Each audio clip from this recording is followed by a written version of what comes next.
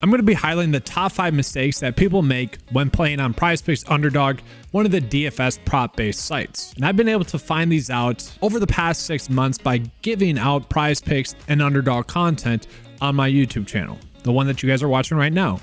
Most of you guys are familiar with my content and with my picks. As I'm recording this video right now, my picks have hit 61% of the time. Throughout this video, I'm going to be talking about kind of part of the reasons as to why it's been so successful in that regard. Right now, we are up 182 units since January 28th of 2023. And I say we because I do see this as a team game. We are all trying to compete against PrizePicks, Underdog, and those other prop-based DFS sites. That's the beauty of this game.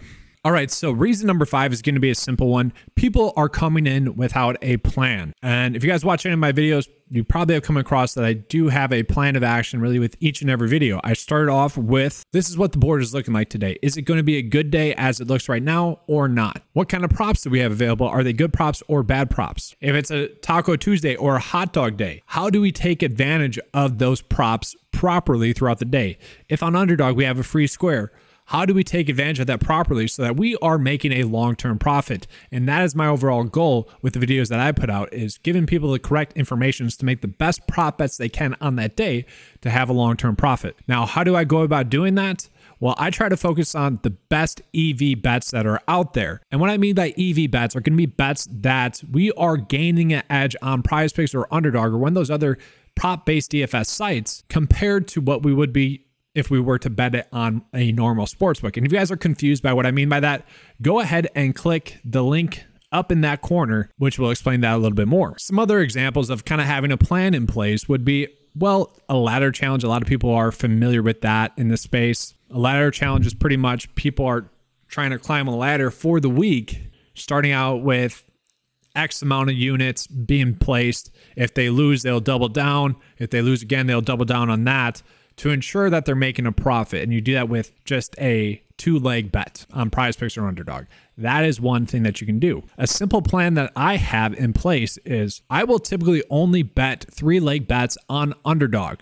If there's a 3-leg bet that I like on PrizePicks, I'll see if it is available on Underdog because Underdog pays out better. So let's just say you're worried about, I don't know, maybe having some losses in there. You can lose one more time on Underdog compared to PrizePicks then. But the summary of that is literally just have a plan in place of what you're trying to accomplish. Obviously, we're all trying to make money, but is there a certain goal that you want with that? Are you trying to make the best 2-leg bets out there? Are you trying to make the best 3-leg bets out there? Are you trying to place the best 6-leg or 5-leg bets out there on these apps? And if you do, just know how many times you can afford to lose really in a row by doing that.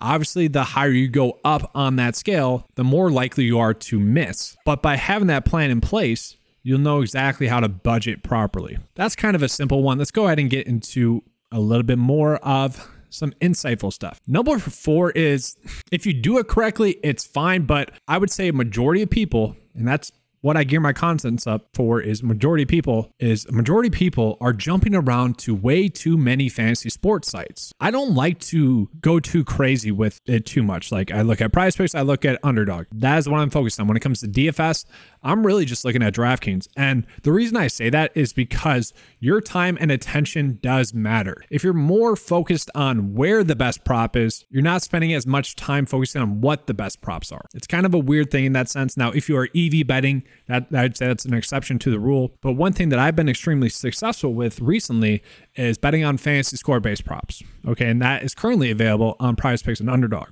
So I would say when people are trying to bounce around too much, one, they're not going to be able to plan correctly. They're not going to be able to budget correctly because, well, they're just chasing the best prop bets on 5 different sites, and it's not going to help out in the long term. Maybe in the short term it will, but eventually I see that catch up to a majority of people. And this is all about making it easier for you guys to profit. Number 3 is a big one. They fail to research properly. And guys, I have been there a bunch.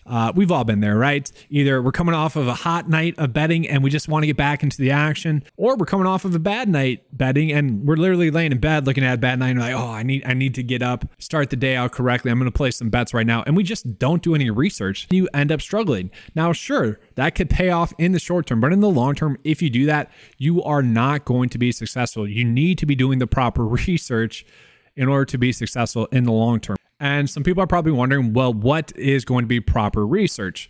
Well, in simple, it kind of comes down to 3 things. 1, look at the Vegas over and unders for the games or specific prop that you are betting on.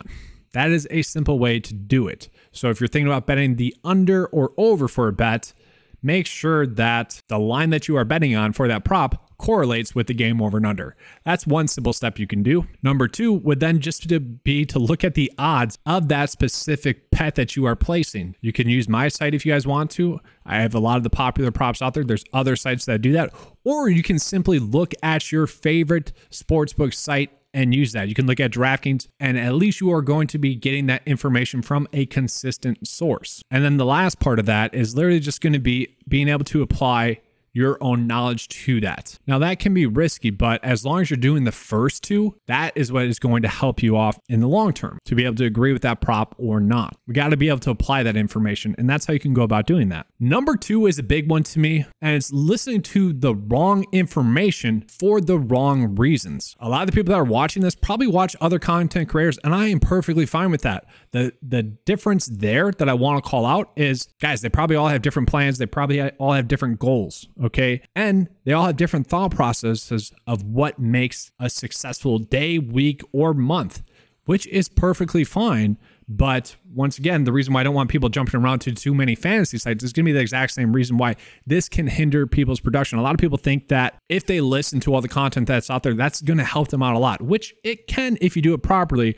But for the most part, you are going to be getting a mixed bag of information, which really is going to cloud your mind rather than give you clarity. And I say this because I see so many different messages across different channels where some people are just focusing on hitting a 5-leg bet or a 6-leg bet on PrizePicks and Underdog. You know, for my channel, I'm literally just focused on what are the best props for that day and have you guys decide from there. Some people are just focused on EV betting. And I'm not saying that any of those are wrong. I'm just saying there are different messages for different channels. Okay. And when you jump around too much like that, that can actually be a hindrance to you. And one thing I want to call out as well in this kind of short form content world that we are in, I've seen a lot of like Twitter just post a bets, gain a lot of love. And I also see that on TikTok as well. People just do a bet slip and those will get a ton of likes, which is strange to me because, well, it doesn't follow the previous steps. Where's the research? Why are people making those prop bets? It's kind of strange to me that those get love. Don't be tailing those. And if you are, at least look into the reasons why those might be good props. Too many times I see people do that. And I even see that on my channels. People will just jump to the end to see my bet of the day, which... Come on. No, you can't get to the end until you've been changed by the journey. This stuff, it needs to happen to get us all in the right mindset to finish the quest. As a whole is fine, but I want people to understand the logic and reasoning behind those bets, to understand why I like those prop bets. Is it a stack? And a stack is pretty much me just chasing a high scoring game or maybe a low scoring game. And another kind of common error that I see associated with this rule number 2, tip number 2, is people look into recent production just way too much. I'll see so many messages, posts on Twitter, videos covering, oh, this guy has hit the over his last 5 times, or he's hit the over 20 out of his past 30 times. Like, yes, that's great. That is awesome. But what's his matchup like? If it's basketball, like how many minutes is he going to get? Is there the potential that he's going to get into foul trouble? Is it an away game? Is it a home game? What's the game over and under for that game? Oh, is maybe someone injured that's going to affect what they're going to be able to do? Or is he maybe potentially banged up? You know, there's so many different variables that go into that. And so many people just default to looking at PrizePicks screen, you know, scrolling and seeing, oh, this guy has hit 4 out of the past 5 times. Oh, this guy has hit his over 5 straight times. And if we think about it, like if they really thought that that number was a bad number, they would bump it up. It's one of those things where sometimes like that, they're more likely to hit the under or whatever the prop bet would be. They're more likely to hit the opposite of that. Obviously, that's why the number's out there. That's why Vegas is also still giving them that number as well. And then the number 1 tip mistake that I've seen people make is they're simply tallying the wrong props. So I kind of want to touch on this kind of twofold. There are going to be predictable props and props that are not predictable. What are some predictable props? They're going to be these dependent variable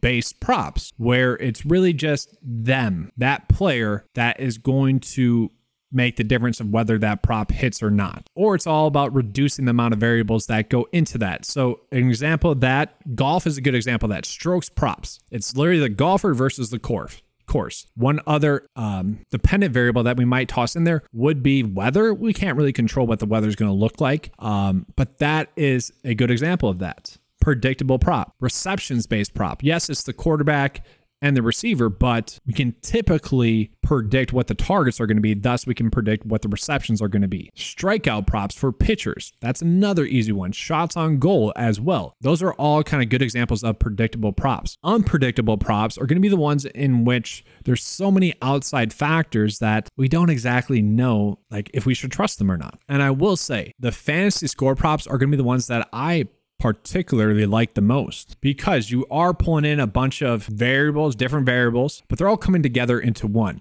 So for instance, in NBA, if a player is struggling to shoot the basketball, they can still make up for that with blocks and steals, maybe rebounds and assists.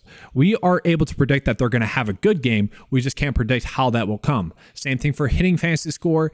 It's just another example of why that can be very beneficial. And if we just look at the track record of the hitting fantasy score prop on my channel, it is hit 21 times out of the past 30 days. The top hitting fantasy prop is hit 21 out of the past 30 days.